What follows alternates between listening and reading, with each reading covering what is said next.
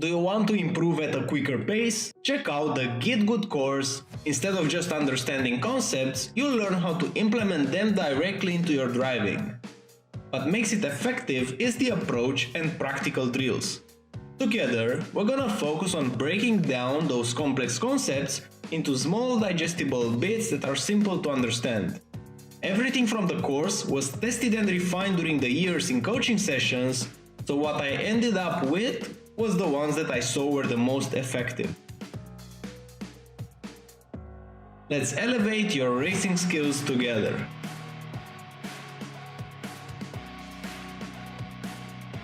Now for the track guide. For starting, if you enjoyed this content, giving it a like and a subscribe, it's a free way to support the channel as I can create more content like this. Now going into the track guide itself, turn 1, my reference for braking will be the cones. I'm aiming to get the cones here and brake slightly before them. So at this point in time, I'm applying the brakes and downshifting to third gear. I just want to trail brake up until I hit this dirt part up until the curb, like right now. You really want to put your right tire on this dirty-ish part around the grass right now. So the moment that you're gonna touch the tire at this dirt part, you're gonna push the throttle, but you have to trail brake all the way until then in third gear. Now cutting it and committing to the throttle like this, because you can use all the space on the exit, and that's gonna give you a very good corner speed but also exit. Now the next right-hander sets up to a big straight, so it's super important to be early on throttle. That's the most important thing here. My reference for braking is the second board right now, but I just want to brake slightly past it. So right now, I'm applying the brakes around this point in time. I'm probably parallel with the second board, but you see I'm not able to see it properly from here. So in a way, I'm thinking, okay, I saw the second board, and now I'm trying in my mind to get the moment where the car would be side by side with the board.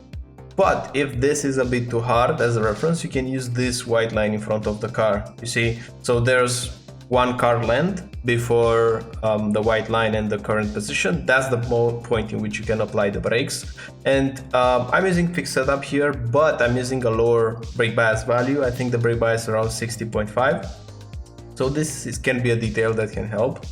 Now braking into this corner, you really want to brake in a straight line first, but immediately commit to the turn in, because this is, you can carry a bit more speed than you think into this corner. So it's a harsh press on the brake, but then whenever you go into a corner, you have to quickly bleed off the brakes so that you won't understeer. You don't want to have your inside right locking up into this corner. It won't lock up, but the ABS will trigger, so you don't want that.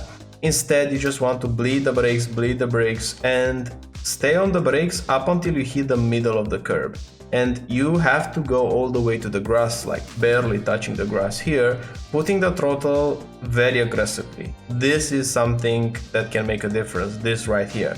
So if you take a lot more time to build up, even half a second more to arrive at 100%, then you will lose time on this straight, because it's a huge straight. So you want on the exit of the curb to be already at 100% throttle. This is super important. This is gonna give you all the space on the left side to use, so use it. And now it's just a big straight, so we will skip up until the next braking zone. Brake reference will be around the second board, slightly before it. So you see there's a bit of sand on the right side. The moment that this sand meets the tarmac, you should be already on the brakes. So you have to brake slightly before, like right now I'm applying the brakes.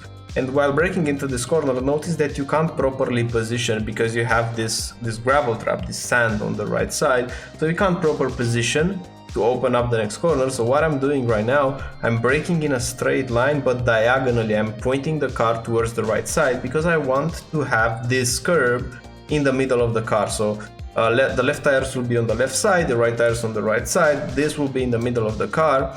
And now it's important to hold a constant pressure on the brakes around 85-90 so that you can really stop the car, because you're going downhill. So you have also the car top speed because of the big straight. You have to stay on the brakes. The common mistake here will be to drop the brakes very quickly, like spiking the brakes and then dropping them quickly is not gonna work. So if you will brake this late, you have to maintain brake pressure, and this is exactly what I'm doing. I'm just releasing whenever I'm starting to turn more and more, and I'm using second gear before hitting the curb. That's also important because it will add a bit of engine braking, but also it will give you that extra torque on the way on the exit, because you will go up slightly uphill, so it will help. The moment that I'm touching this curb, I'm pushing the throttle. And be careful, don't hit this sand here on the right side. You will get an off track, so you have to force the car with the steering wheel to go a bit more towards the left. That's exactly what I'm doing. But after I go past that little sand, then I'm relaxing the steering wheel again because I don't want to scrap speed. So notice that right now I'm pointing again forward, but I just force the steering wheel just to avoid that off track, so keep that in mind. Now while going downhill here, in third gear, I'm maintaining it in third even though I hit the rev limiter, and I'm braking before going on the... You see there's a bit of elevation change here, so you're going uphill.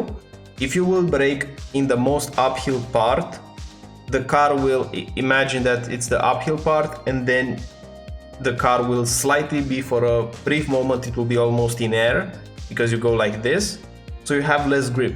You have a bit more grip while you're going uphill like this for the braking. Plus, because you're going uphill, it will help you with the braking as well. You don't have to brake that hard because you're already going uphill. So I found this to be a better braking point. So I'm braking before the bridge, touching the brakes in third gear, 50% now, just trailing, and I want to hit this grass here.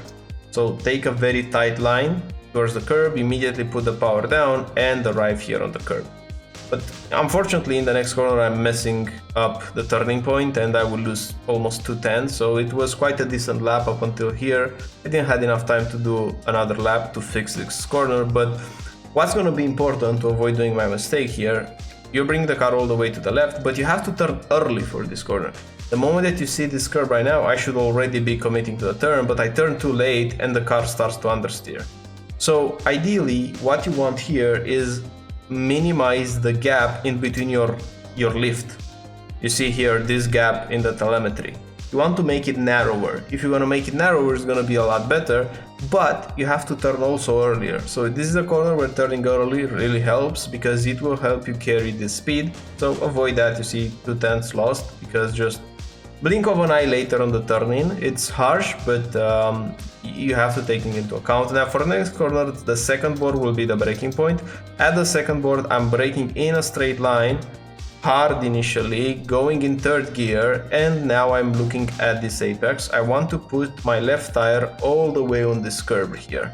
So this is exactly what I'm doing, putting the tire here and then immediately back on throttle. You can go even earlier on throttle here, it's gonna help, but you see, it's a bit of a mistake in my braking. I dropped the brakes way too quickly and then I reapplied them.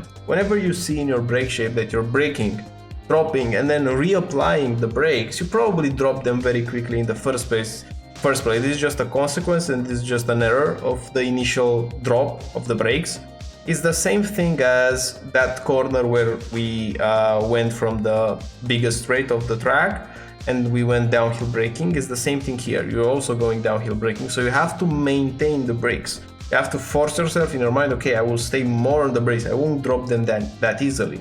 If you find yourself doing this drop like I'm doing right now, it's probably because you braked a bit too early. So just move the braking point a bit more forward, so you will be forced to stay on the brakes. That's gonna be the best approach. Now with 100% throttle. Now what I want to do in this in the carousel, in this long corner, I want to minimize my dance with the brake and the throttle. I don't want to go throttle, then again brake, then again a blip of throttle, then brake. I just want to do throttle, brake, then again throttle. So this is my approach. So I'm keeping the throttle pinned up until here, almost the middle of the first part. Then I'm adding a bit of brakes, 5% braking, 6, 5, up until the car goes all the way to the right side here, almost all the way to grass, but don't go really all the way because it's easy to touch the grass and then you will lose the car. And now I'm pushing the throttle again back, like this. And you see it's just 3 inputs, the lift, the brake, and then reapplying of throttle. And this is gonna give you a smooth balance of the car. Now for next corner, I'm turning at the 1 board and I'm adding just a bit of brakes, 11%, to make it even better, because you will see I'm gonna lose a bit of time compared to my best. You have to touch this red and yellow curb. You see I'm going a bit around it, but you have to touch it on the inside. If you touch it, you will have a slightly better line, and here on the axle you have to use everything like this. And if you will take this grass like I'm doing right now, it won't be an off track. So it's important to know about it, because you can carry a bit more speed without getting the off track. Now going into again another heavy braking corner, number 3 is gonna be the braking reference. I'm braking slightly before number 3, braking in a straight line very hard, downshifting to third, and when turning, this is very similar to turn 1. There's a bit of dirt here on the curb, you want to go on top of the dirt, and the moment that you hit the dirt, you're gonna go back on throttle like this. So this is the best reference. Hard on the brakes, small trail brake as you can see in the shape, then committing to the throttle and be very aggressive with the throttle. This corner, just a small lift and a bit of brakes, touch this curb, go immediately back on power, use this part of the curb, and now going into the final corner, my reference for braking is this line here, this white line. So at the white line, I'm applying the brakes. You want to use this curb before turning in to open up the corner even more. Now you're gonna enter gear, you're gonna trail brake a lot, and small mistake here, I was a bit too late on throttle. Blink of an eye, if I would be earlier on throttle, I could maintain this 2.5 tenths gained, but I was a bit too late, and because this is a big straight again, you will lose time if you're a bit too late on the throttle. So the moral of the story is, for these corners, this one, the turn 2, you have to force yourself to be super early on throttle. It can make a huge difference using all the track like that. And in short, that's a track guide around Road Atlanta with the GT4. I hope you have a great week racing this, and if you want to improve at a quicker pace, make sure to check the GitGud Racing course in the video description. Until then, bye bye.